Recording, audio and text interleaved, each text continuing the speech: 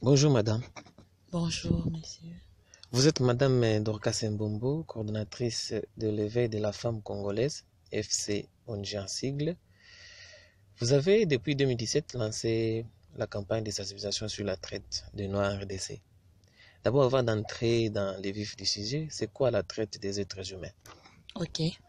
La traite des êtres humains, c'est le fait de prendre une personne quelque part et le faire déplacer dans un autre endroit dans le but de l'exploiter.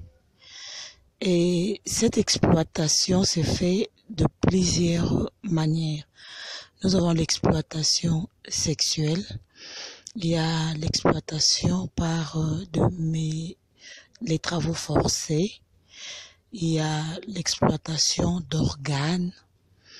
Donc, il y a plusieurs types d'exploitation dans les domaines de la traite des êtres humains.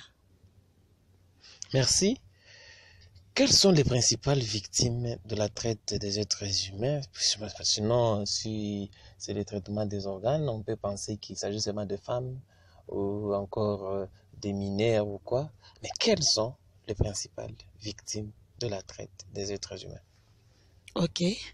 D'après le travail que l'éveil de la femme congolaise est en train de mener dans le cadre de la traite des êtres humains, nous avons constaté que chez nous en RDC, c'est plus les enfants et les femmes qui sont des victimes. Les enfants sont plus exploités dans les travaux forcés et les femmes sont mises dans le réseau de l'exploitation sexuelle ou soit on les exploite dans la prostitution forcée. Donc, elle ne fait pas la prostitution parce que c'est sa volonté, mais elle est obligée à faire cette prostitution pour sa survie.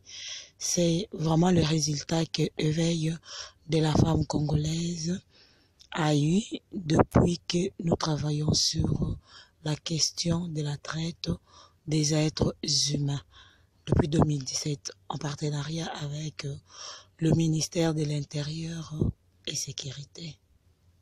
Merci, un pouvoir est passé, un pouvoir est arrivé. Hier, nous avions Joseph Kabila Kabange comme président de la République. Aujourd'hui, nous avons son Excellence Antoine Tshilombo Félix, qui est président de la République. Il vous trouve avec cette lutte que vous avez lancée il y a de cela 2 ans. Qu'est-ce que vous pouvez lui donner comme conseil pour qu'il puisse gérer normalement cette question, puisque nous avons entendu qu'il a même créé une commission qui va s'occuper de cette question. Qu'est-ce que vous, en tant qu'actrice de la traite des Noirs, de la lutte contre la traite des êtres humains, vous pouvez lui adresser comme message primordial? Franchement, nous, de la société civile, qui militons contre cette question de la traite des êtres humains, nous félicitons de tout cœur le chef de l'État parce que la RDC avait un problème. Le problème était qu'il n'y avait pas une structure officielle au niveau de l'État qui s'occupait de la question de la traite. Mais présentement là, le chef de l'État vient de nommer Madame Cécile Meta comme coordonnatrice de l'agence qui va s'occuper de la question de la traite. Nous présentons toutes nos félicitations à la nominée et nous disons un grand merci au président de la République pour cette structure parce que ça va vraiment beaucoup nous aider à faire avancer cet processus de la lutte car la population congolaise reste ignorante de la question de la traite.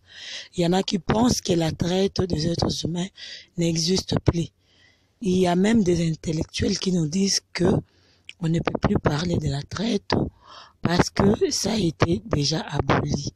Or, nous, éveil de la femme congolaise, nous sommes sur terrain Nous sommes en contact avec la population.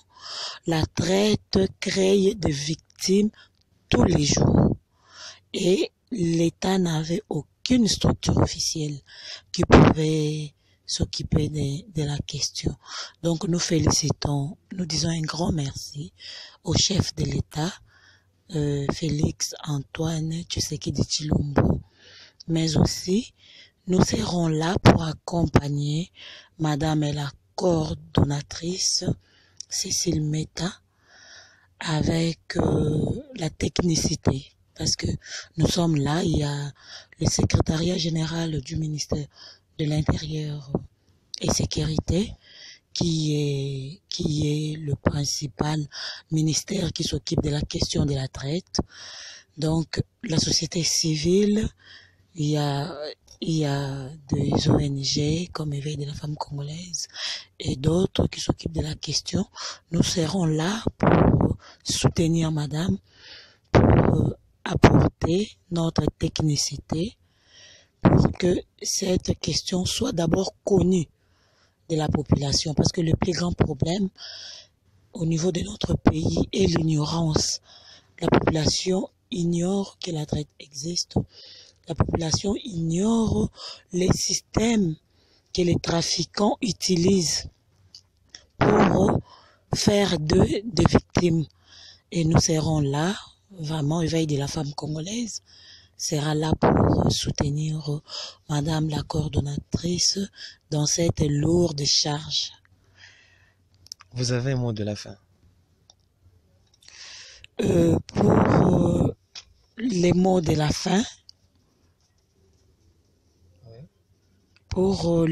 fin, nous allons d'abord, nous, Éveil de la femme congolaise, nous sommes en train de lutter contre la traite des êtres humains, premièrement par la sensibilisation, parce que nous voulons tuer l'ignorance qui est chez la population.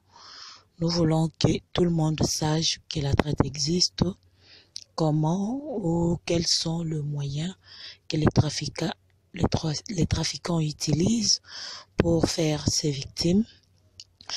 Mais aussi, nous sommes dans la prise en charge de victimes parce que il y a des victimes qui sont là, que nous sommes en train d'accompagner.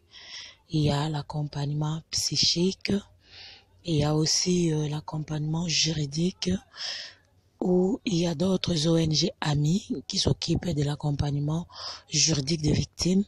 Et EFC est plus dans l'encadrement médical, psychique et la réintégration sociale. Comme mot de la fin, nous plaît